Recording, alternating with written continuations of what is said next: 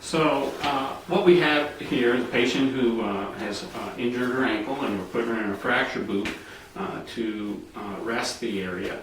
The problem with the fracture boots, and they are great devices, they've helped us quite a bit with decreasing the amount of casting that we had to do. Prior to this, we had to put patients in a cast. It was messy, time-consuming, and difficult for the patient. They couldn't take it off until you removed it for them. And with these, where patients can remove them, they can shower, they can do some range of motion exercises. They're great devices. The problem with the fracture boots has been that in order to allow a patient to walk more normally in these, we have to have a fairly thick sole that is rocker bottom to allow a normal range of motion at the knee and hip. Unfortunately, that thick sole creates a limb length discrepancy. That limb length discrepancy that you can easily see if we line up the feet here, the sole of the shoe is about an inch generally deeper than on the other side, even in an athletic type shoe. And that created a limb length discrepancy that causes hip, knee, and back pain for a lot of patients.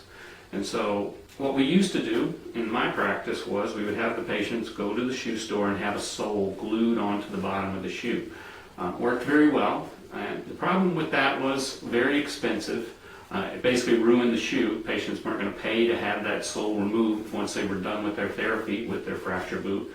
And finally, they also could only wear that one shoe unless they paid to have another shoe accommodated for the boot.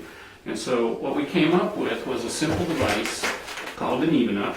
Evenup is basically 3 sizes and 2 height adjustments. It also works either on the right or left shoe.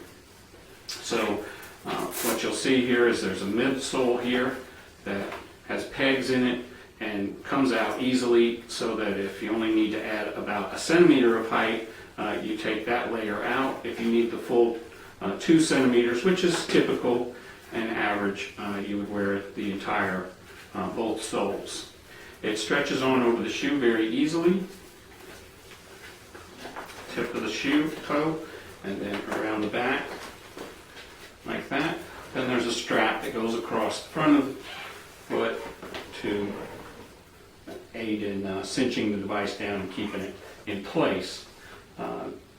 There's only one thing I've seen anyone do wrong with applying the Evenup, and that is they apply it through this thin portion of loop here, and really what it needs to do is go around the thicker portion of this and then across, and then this prevents that from breaking. So very simple to put on, makes it much more comfortable to walk. Patients walk now much more level, and their hip and knee back pain that they were complaining of is totally alleviated.